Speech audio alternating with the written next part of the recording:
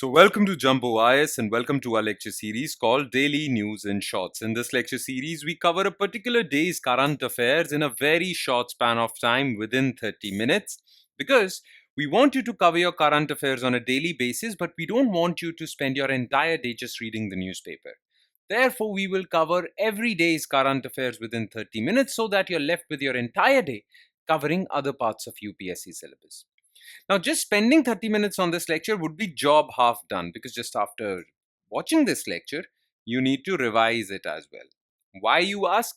Well, revision helps in consolidating these current affairs in your memory. Otherwise, you'll quickly forget them. Now, you can revise these current affairs from the notes provided by us, and these notes shall be available on our Telegram platform. Okay, now where can you find our Telegram platform? Just below this lecture, in the comment section, you'll find a link. Just click on that link, it'll take you to our Telegram channel, and from there you can download the notes for this lecture and do the necessary revision. Alright, enough of the introduction. Let's straight away begin with today's discussion. But first, let's take a look at the topics we shall cover in today's lecture. Okay, so in total we'll be focusing on 4 topics. These 4 topics are as following. Well, there was this article in the Hindu newspaper about representation of women in higher judiciary as judges in Supreme Court and High Court. So what is this article all about, and what has been the representation of women in judiciary, in the legal zone? We'll talk about this. Then recently another article was published in the Indian Express, and it talked about the impact of climate change on wheat production. Now, wheat is the second most consumed crop in our country. Now, if climate change is really reducing the yield of wheat, well, this is bad news for us and an alarming news for us. So, what impact is climate change having on wheat production? We'll talk about this. Then recently, 26/11 Mumbai attacks, were conducted by a few conspirators in Pakistan. One such conspirator was Tahavvur Rana. He was found in USA, arrested by USA, and India had basically requested extradition of that accused back into India. Okay. Now, USA court has admitted that extradition, though Tahavvur Rana had tried to block that extradition request, but USA court rejected that request from Tahavvur Rana. So he will be brought to justice back in India. So what is this extradition and extradition treaty? We'll talk about this. And in the end, we'll talk about the island nation of Vanuatu. The thing is that Lalit Modi is a fugitive billionaire who has become a fugitive, who is absconding from India because he was accused in some crimes in India and he refused to face justice in India, therefore he was absconding. Now, to save himself from extradition back to India, he took the citizenship of Vanuatu. Recently, Prime Minister of Vanuatu revoked his citizenship. So we'll talk about this issue. Okay. All right. Let's begin with topic number 1, which is women and higher judiciary. Okay. Now, women in law have seen great progress in last 100 years. The first woman lawyer in India was Cornelia Sorabji, who was entitled to practice in 1924. Since then, a number of women lawyers and women judges have entered the legal field. However, there still remains underrepresentation of women in the legal field. Okay, let's talk about their representation in judiciary.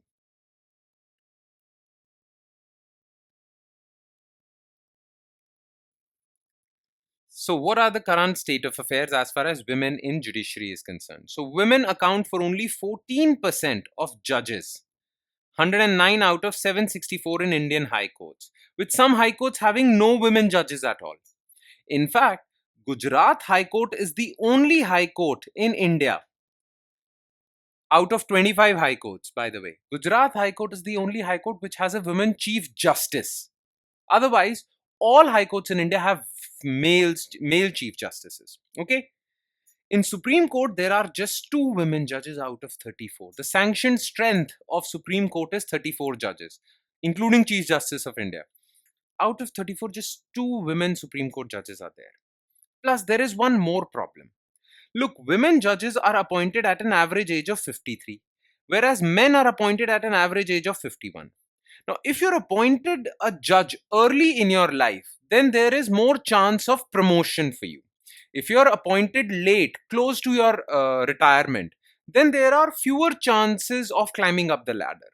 So this is also a kind of bias against women, right? So this is the current state of affairs. Now, why is there such a big gender imbalance in India's legal fraternity?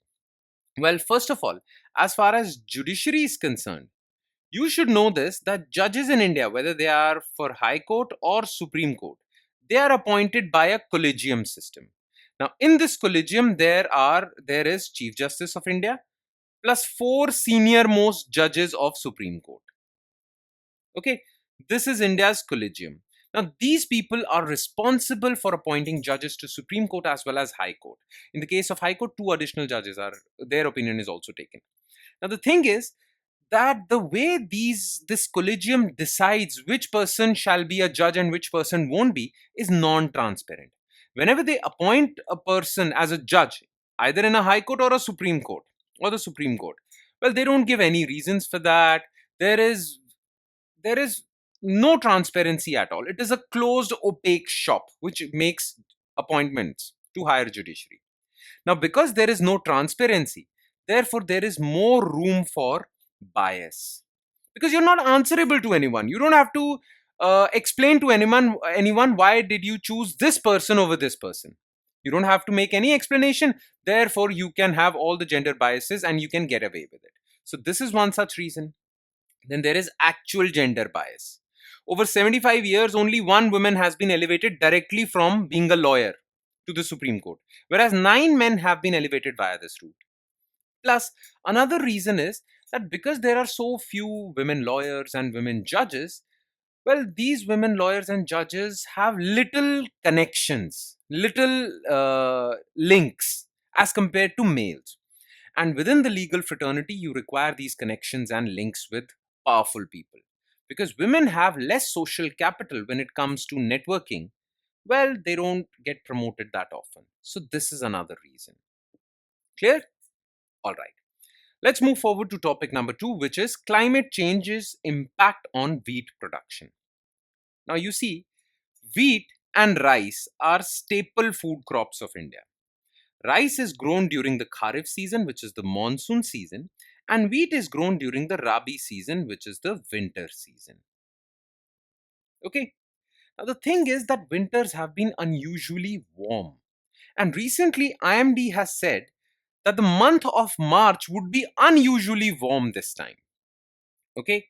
Now, the thing is, during March-April period, wheat crop is harvested. It is sown during October to November period, but it is harvested during March-April period, Feb to April period. Now, if March is unusually warm, and IMD has also said that you can witness heat waves also in the month of March. So, starting from March, you will witness heat waves. Now, if that is the case, then wheat yield or wheat crop production would significantly decline because this is the critical month for wheat crop. This is the month of harvest.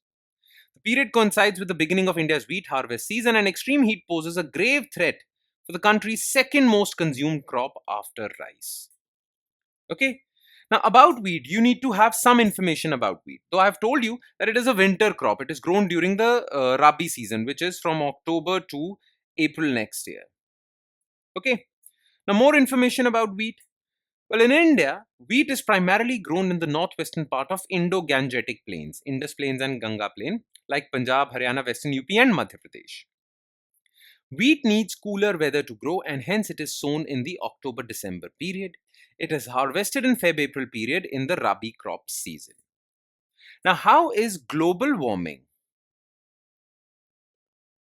impacting wheat production? As you know, wheat requires cooler climate. So if the climate is hot or hotter than usual, well, it will definitely impact wheat production. There are other things that get impacted because of global warming as far as wheat is concerned. So impact of climate change on wheat. The thing is that if temperatures are rising, the wheat crop would ripen earlier. So if it would become ripe earlier than usual, then it would leave less time for it to get filled. Okay, grain filling season. Grain filling season should be long so as to get good, healthy, fat wheat grains, right? But if they ripen early, shorter grain filling season, and this would definitely reduce yield. Plus, during if temperatures are high, the quality of wheat produced is also very less. Okay, heat stress reduces starch content, producing harder grains with lower milling value and lower quality of grains. And if all of this happens continuously year after year, then this would really damage food security in India, because wheat production requires cooler climates, at least in the Indo-Gangetic plains. But if Indo-Gangetic plains are also hot, then they won't be able to produce enough wheat. And wheat is the second staple crop of India. So it would really hamper food security. And even if we are able to produce enough food grains to feed our entire population, still, if wheat supply declines, then it would basically lead to lesser supply than demand for wheat. And if demand for wheat is high than supply, then this would lead to inflation in wheat. As you know, inflation is all about imbalance of demand and supply. So if wheat supply drops drastically, this would lead to food inflation as well. So food inflation is a threat, food security is a threat. This is a big threat. All right. Now, what should be the way forward? What should we do? So we should work towards, we should do some research and development as far as wheat seeds are concerned. Okay, we should create heat resilient crop varieties. We should start early sowing practices. Okay, so that we can sow wheat during the month of September and we can harvest it during the month of February. And February's are not generally that hot as compared to March. So we can do this. Enhanced weather monitoring plus real-time advisory given to farmers beforehand, warnings given to farmers. Precision farming techniques like drip irrigation, soil sensors, controlled fertilizer, and support from the government. These are the five things that we can do to basically stop the drop in wheat yield from dropping further. Okay, all right. Now, topic number 3, which is India-US extradition treaty. So, Justice Elena Kagan of US Supreme Court on Thursday rejected Lashkar-e-Taiba member Tahavvur Rana's plea to stay his extradition to India. Now, Tahavvur Rana is a co-accused in Mumbai 2611 terrorist attacks. Okay, and he was found in USA, Tahavvur Rana, and he was arrested there. Now, India has been demanding his extradition to India so that he can face justice in India, because he attacked India, right? Now, USA agreed to this extradition request, but to block his extradition to India, Tahavvur Rana filed a plea in US Supreme Court. Now, that plea has been rejected by Justice Elena Kagan. Okay. Donald Trump on February the 14th announced that his administration had approved Rana's extradition to India. Tahavvur Rana was a plotter of 2611 Mumbai attacks. Now, Mumbai 2611 attacks or who is Tahavvur Rana, that is not that important for us. Okay, what is important for us is, what is this extradition? So an extradition treaty is basically a bilateral treaty between two countries. It is a formal agreement between two countries to transfer individuals accused or convicted of serious crimes. Now, India has extradition treaties with 48 countries. That includes USA, UK, Canada, Australia. India also has extradition agreements with 12 additional countries. But with these extra 12 countries, extradition is only allowed in certain cases. But with these 48 countries, extradition is allowed. Now, within India, the procedures for extradition are regulated as per Extradition Act of 1962. Now, USA can request extradition to India.